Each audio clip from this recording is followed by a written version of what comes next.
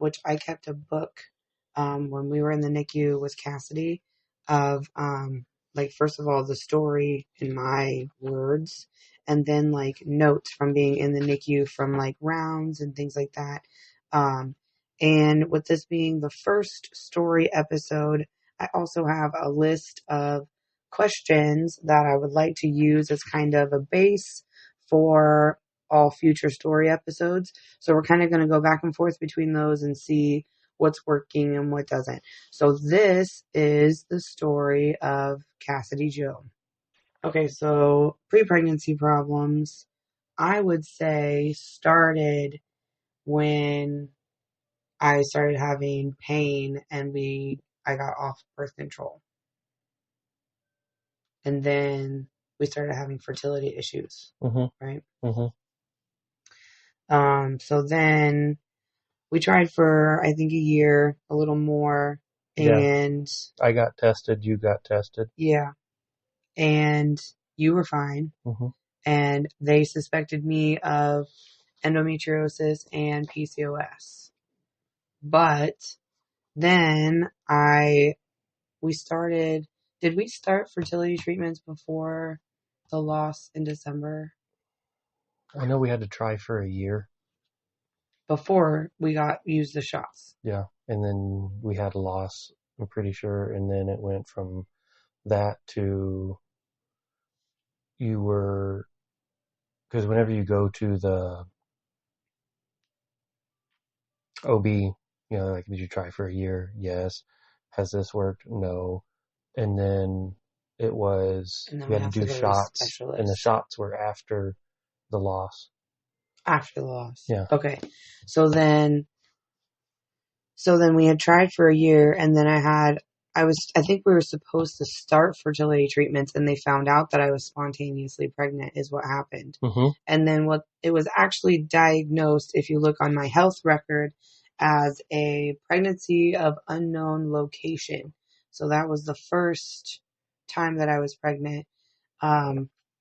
Is the cells replicated, but they couldn't find it. My numbers went up, but that was kind of it. And then, so that actually happened on my birthday of 2016. And then we went back in because they thought I was going to have a DNC, right? Yep. And then I didn't have to. And then they said that I definitely had PCOS, and they wanted to schedule a exploratory laparoscopy. Yep. To see about endo. And then they had to do a pregnancy check before they did that. And then that's when they found out you were pregnant. Yeah, and they found out I was pregnant, which I had to be on birth control when we were doing, which I thought was funny. So I was on birth control, and we ended up pregnant with Cassidy. So we got a positive pregnancy test, and then they treated it as a high-risk pregnancy because I had had a loss and because we had had fertility issues before. That was documented. So I had to go like more times to check up than we normal. Also opted out of doing a cerclage. Did we have that option the first time? Yeah. I don't remember that. See, that's so crazy that came out. I don't remember that part. See, this is why we're telling together. Yep. I remember talking to the doctor, and I remember you being there. Because they had said all the options that we could do because it was high risk. Mm-hmm. And you talking about stuff kind of reminds me of it. Right. Well, that's what this is for. I'm very happy that you're here. By the way, if I didn't say already, joining me today is Doug, my husband. He is the other guy you're hearing. And for the first couple episodes, we're going to do the episodes together because we were both there for our 4 girls. And then I'll have other guests as we go. So, okay, back to Cassie. So I did not have any super big issues with Cassie's pregnancy. I didn't have the nausea. Nope. I didn't have... No, you were just really big. Because at the same time, we had hungry friends who were pregnant, and you were bigger than she was, and she was farther along than you were. And you were always just saying it was because I have a little torso. Well, yeah, I do. Well, I do. I'm short from like ribs to hips, so it's got to go out. So, which was true with all of the girls. They were pushed way out in front. So I didn't have any bleeding, any nausea, we did not do any extra testing for genetics. We always opted out of that. And then I did not ever receive an official PCOS or endometriosis diagnosis because I ended up being pregnant. Yep. So, I just went to I was then dismissed to my regular OB, and everything was pretty boring. And then I remember this super vividly because I had to go in for extra checks. When I went in for my 31, it was like my 30-week test. I saw a different OB than I had seen, and I was in an OB clinic where it was like round robin. There was a whole bunch of doctors there, and that was the next doctor I was supposed to see. And he said, "Oh, you're measuring kind of big." And you're not, she wasn't head down yet. Mm-hmm. Yep, I remember he used to say too, because he had jokes. I remember that. He always wore that big bow tie. Yes, that guy. And he had said that, there's still plenty of time for her to flip. Yeah, and he was like, "Oh, and if she doesn't, then we'll just do a C-section." And I instantly was like, "Nope, no C-section for me, please. Mm-hmm. We've got time. We're fine. We've got so much time." Because I'm pretty sure it was like 30, 31 weeks. Mm-hmm. And then we had the baby shower at the park. And then we had the baby shower at church the following week, which my mom had come in early for. Yep, one was for family and one was for friends. Yeah, and then I actually started having symptoms earlier than I realized. I was going to say, but you didn't realize what they are. Looking back now after having, 3, 4 kids, you realize, that was this. That was back labor because you were pushing against doorknobs or having me put my fist in your back or all these other things that were obvious signs of labor that we didn't realize at the time were labor. And that was us just being naive at that point. Yeah, well, you never experienced it before. Mm-mm. I had never had cramps in my back. I didn't really know what it was. Especially cramps that went away whenever you applied pressure. Right. Yeah, that should have been my key. When you apply pressure, if it goes away. Because I remember I don't remember which child it was now. And they're like, "Oh, that's called back labor." Mm-hmm. It's like, we experienced that with Cassidy. Yeah. So now we know. Yep. So we went to the baby shower. My mom was in town because of the baby shower. And so it was on a Sunday. We went to church that day, and we went to lunch after church. Yep. We went back to the church for the baby shower. I stayed home. Yeah. You went to go to your brother's house. I was cutting trees in the hedgerow. Yep. And so you weren't with me. Didn't expect it to happen. Yeah. So, we went to my baby shower, and we did like treats first, and then we were gonna do gifts and things and like games and everything. And I finished up my cake, and they said, "Okay, we're gonna start doing gifts." And I stood up and I thought, whoa, I really have to go to the bathroom. I did not know I had to go to the bathroom that bad. So I made it in there, went to the bathroom, and when I stood up, I had to go to the bathroom again. So like that happened like 3 times. I finally got up and called out the door to my sister-in-law and was like, "Hey, this is happening. I don't know why it's happening. It's just continuously happening." And she kind of had something similar happen to her. So she was like, "I think we maybe need to go to the hospital because I think your water just broke." And I instantly freaked out. Waterworks instantly, because this was like, I was at like 32 weeks and like a day or something, and Cassie was born at 32 and 2. Yep. And so I knew instantly that she was like Too small. Oh my God, I'm going to start crying. Like, I did not know that was going to happen. This one she's almost 7. Like, she's about to be 7. So I really did not expect to be emotional with hers. But I very vividly remember my sister-in-law, like, looking at me and being like, you're going to be okay. Like, it's okay. She had also had a preemie baby, and she's like, my daughter was born at 32 weeks and you can do it. I did it. We'll get through this. And it was very scary. Yeah, she was a cheerleader for us for sure. Yeah. And then she like walked me out and she asked, do you want to tell everybody that it's time to go? Or do you want me to tell everybody? Well, then you have a bunch of church women who are all like, woo! Right. Because I literally, in their mind, I went to the bathroom and came back from the bathroom like 10 minutes later. Yep. So everyone was like, what's happening? Yeah, and you call out for your sister-in-law. I'd love to hear their perspective on the story. It's just a 3-second story at that point, but it's still kind of funny where it's like, oh, well, she's taking a long time, and then all of a sudden it's like, we will clean up and take the presents to your house. Don't worry about it. Just go to the hospital. Yeah. So I came out of the bathroom and I was like, hey guys, my water just broke, so I think we have to go to the hospital now. And they like erupted, and one of my really good friends was like, we need to pray. And that was really great. That was a really great like stopping point to just remember like what we were doing and who was in charge. And I was really thankful for her in that moment. And so well, I can take over for a second because I got a phone call. Yeah, in the car, right? Yeah, you guys, Lexi was driving you in her car, and your mom and you rode together, so luckily she drove your vehicle back. And then I got a phone call saying, hey, Katie's water broke.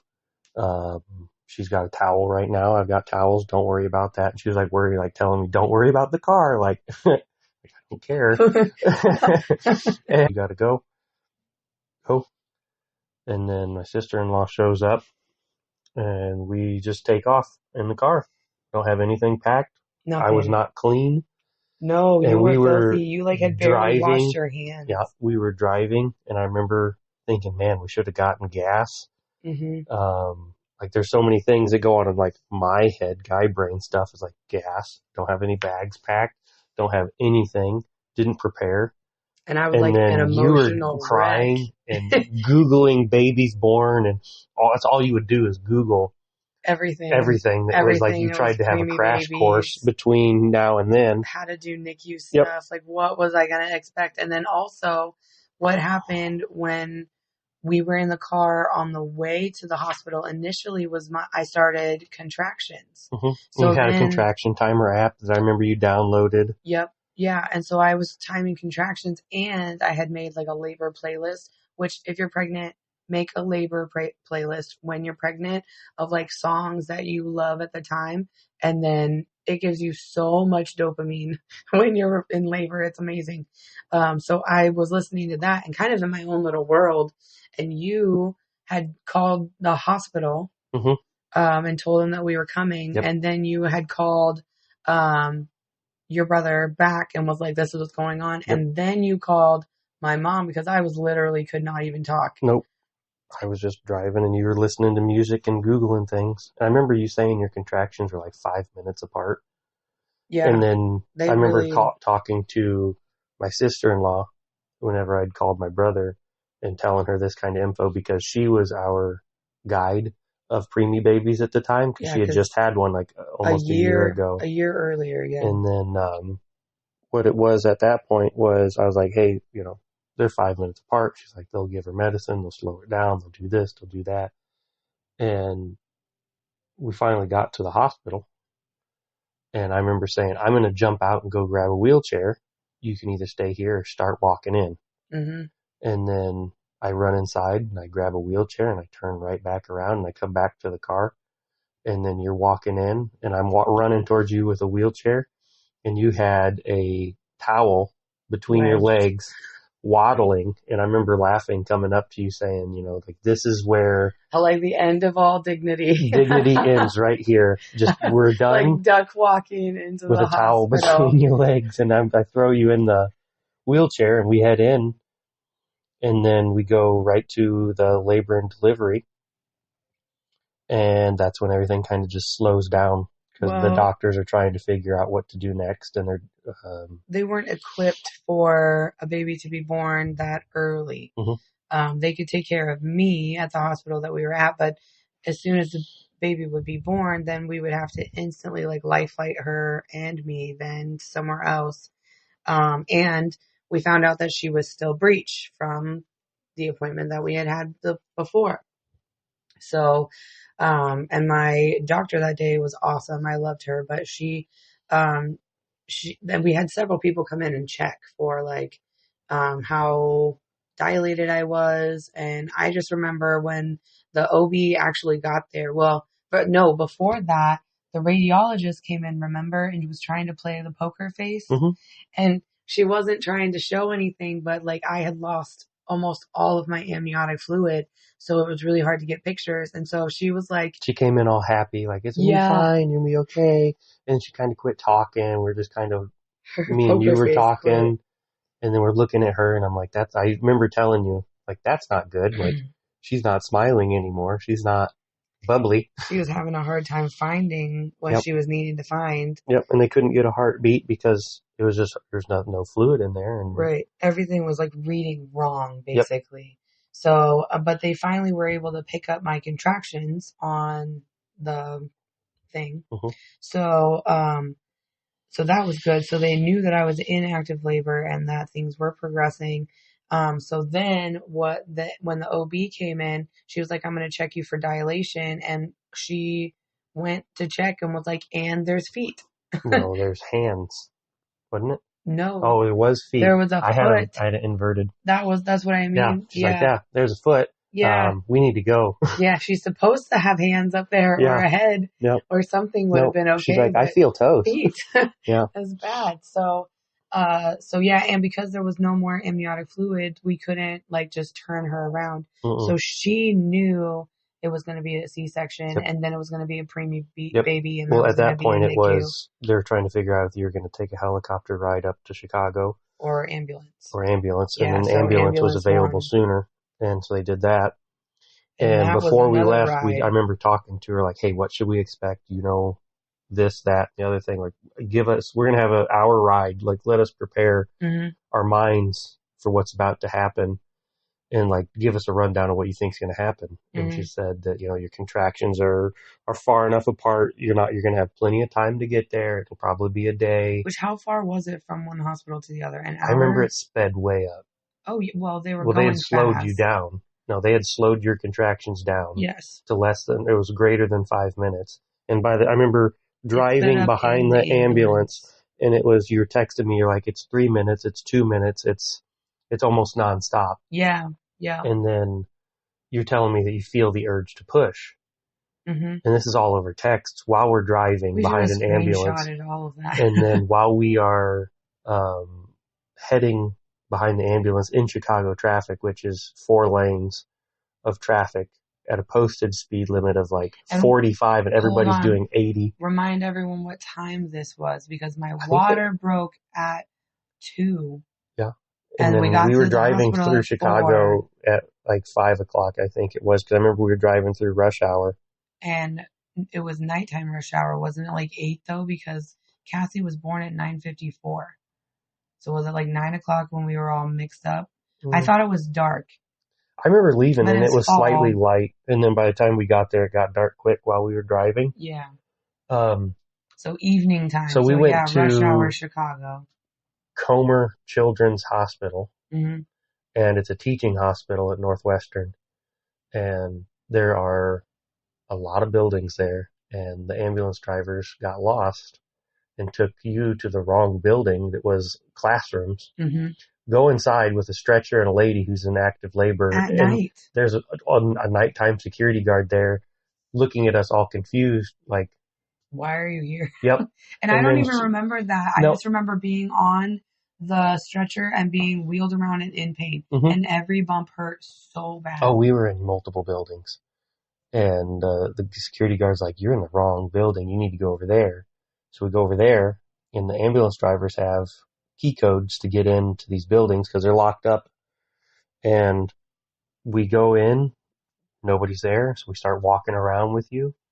And then we run into a nurse who's like, you're in the wrong place, go here. Yeah. And I remember thinking, like, why is everybody just pointing, like, just go here, just go here? Like, we are in an emergency situation and lost with ambulance drivers. Yeah. And we finally, we get back on the elevator, go to another floor, try again. We were on 3 different floors. And finally we get somebody who's like, oh my God, let's take you here. Mm-hmm. Walked us to where we needed to go. And by the time we got into the room, you were in very much active labor. Yeah. And I could feel, like I told them when we came in, between like when I could breathe, which then they were starting throwing paperwork at me, which I could not think. Yep. But I was like, I need you to know that I am trying to push. I can feel things. Mm-hmm. I can feel it. Yep. While you're giving you paperwork, they're starting an IV. Yeah. They had, and I'm like signing, and she's like, can you wait? They were they were waiting for contractions to stop, having you sign, and me being like, can I do anything? And they're like, nope. Yeah. Even though we're married, doesn't matter. Those rules are confusing. And then, we get paperwork done. It had to have been like a half hour. And then all of a sudden you were wheeled out from the room, and it was, here's what you're going to wear, Dad. Yeah. And it was a gown, cap, all that to go into surgery. And you're gone at this point. And then in 10 minutes, they came back and got me. And they're like, okay, you ready? You're going to go into the operating room. We're doing this emergency C-section. That was it. It wasn't on our radar to prep or think about what it looks like when you do a C-section. But rewind, though, before you go there, because while you were getting dressed, I was in the other room being poked repeatedly. They had a student trying to give you a spinal tap. Because it was a teaching hospital. And then it got to the point where he's jabbing all over the place. And and I'm not dogging on anybody. I told them that they could learn. I knew that when we were going in, but I was in severe pain, and I was kind of like, oh, if he can't get it, let the professional go in there. And there was a nurse in front of me who her whole job was just to like have me focus on her and hold my hand.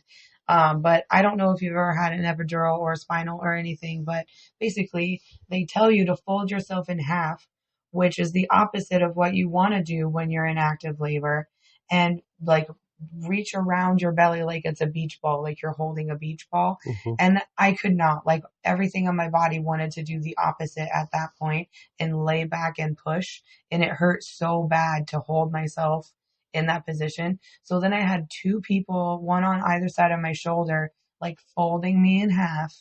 And then someone with a very large needle behind me, stabbing me. You know, hindsight, we shouldn't have been letting them practice in an emergency situation, because I remember them saying when we're signing paperwork, I'm like, we're going to check to see if you're dilated. And they're like, there's feet, let's go. Yeah.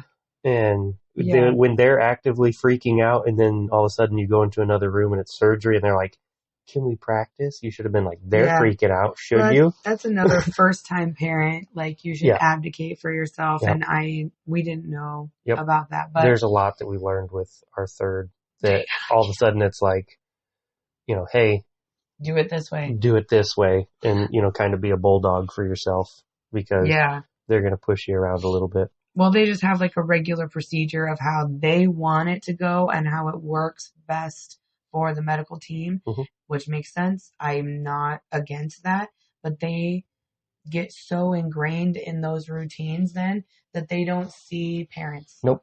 And so then that's really hard, which is, we've talked so much about this since having the babies in the NICU, is it's so hard seeing the medical staff become attached to kiddos, because then you know that they can't go off procedure because they are having a hard time too, you know? Yeah, they're people too, but it's also a hard job for them. Yeah.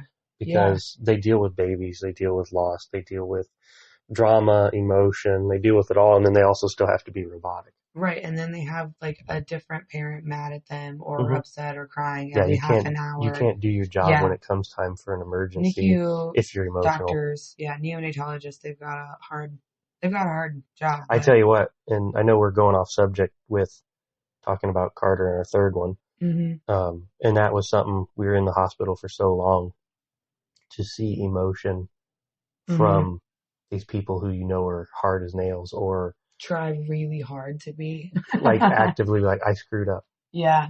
Be sad about it. Like I'm upset about this decision that I made, or I wish I would have read this book or this article first before doing this thing. Well, with our first though, with Cassidy, we had none of this experience. No. So we had none of this knowledge. We had none of the information that we learned from doctors. And it's like, this is not normal. Right. Everything at this point is still considered normal because we're with the professionals. Yep. Yeah. This is what is normal now.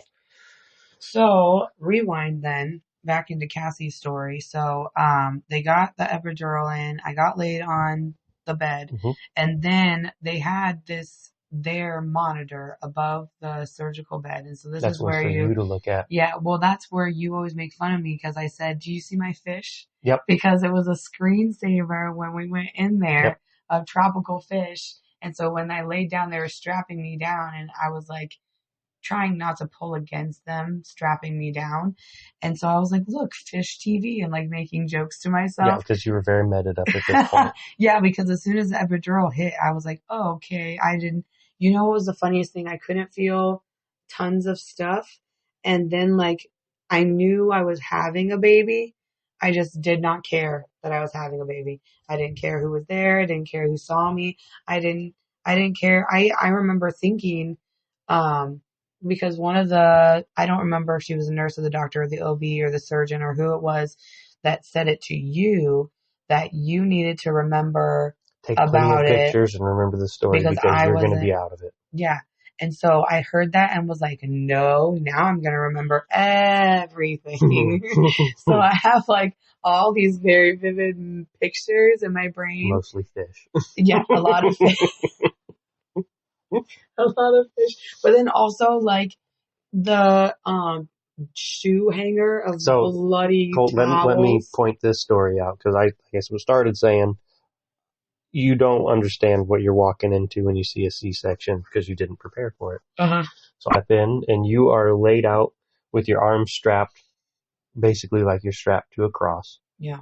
And there's a curtain up between your midsection to where you're basically a magician doing a trick on you where you can't see the bottom half. Right. And I see your arms splayed out and everybody working over here. And then the neonatology team was all standing over there and they had their bed and it's just 6 people for when the baby comes out. And there's probably 6, 7 people for you. And then there's like, what a shoe rack looks like that hangs on the back of a door. A plastic one. And they do it because they keep track of all their racks. So they know, this is how many rags we have. They all go back, they get counted. So nothing gets left inside you. But I wasn't prepared for how much blood there already was because I was like, you were gone for 10 to 15 minutes. Yeah. And that was the back poke, strapped to bed, meds already kicked in.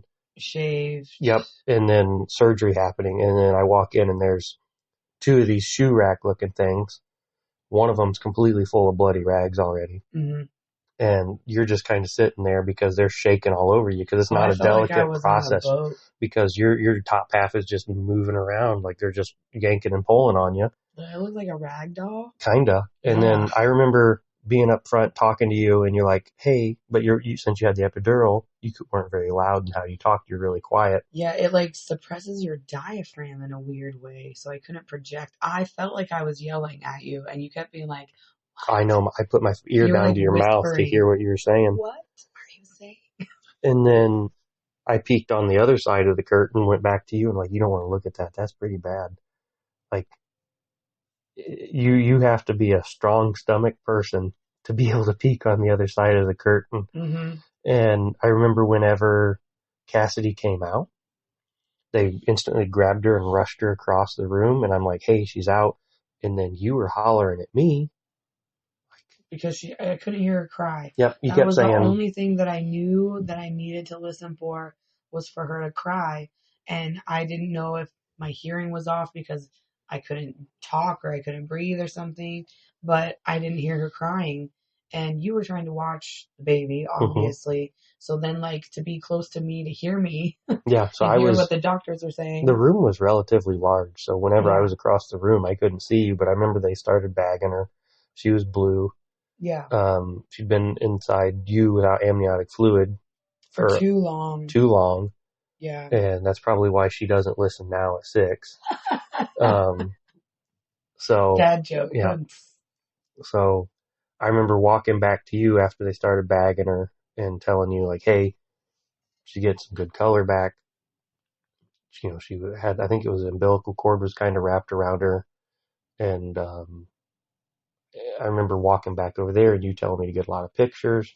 And I'm taking pictures with my phone just of anything. I don't think I probably got 2 good pictures of anything because they were so rushed. I was just snapping pictures to try to get stuff. There was just so much drama in the surgery going on. And then all the rest are like in the NICU because they were trying to get her into the NICU so fast because she was blue. So, and in their minds, it's like, it could be fine, but it also could not be fine, which now we know because of all the stuff that happened with Carter. But like with Cassie, we didn't know that, you know? Yeah. And they were trying to kind of downplay it, I think, and be like, she's going to be fine, you know? Also, she was a bigger kind of baby. So that was part of it too. So the funny part of this whole story is I remember walking back to you and saying, like, you know, Cassie was stable. And they're like, hey, they let me cut the umbilical cord. Yeah. And you're like, that's nice. They let you symbolically cut it. And I'm like, symbolically? And then I didn't think that we were 20 feet away from you across the room. Yeah. And I cut the umbilical cord because they had it clamped. They're like, you want to cut it? I'm like, heck yeah. Yeah, the last 6 inches off. I trimmed it. And I was like, I had to go back and look at pictures to realize that there was nothing on the other end of the cord. Not only that, we would have been playing jump rope in between you and it. And yeah, it was symbolic. But it was good. It was a good symbolic. So. Yeah. So then I guess that just segues into the NICU part of it, and then post C-section for me, which that I was not prepared for, because let me tell you, my whole pregnancy, I thought that I could do like a vaginal birth, and I did the squats and I did the Kegels and I did like the breathing and all this stuff, and then they just cut me in half, and all of my work didn't matter. All of my work went down the tube.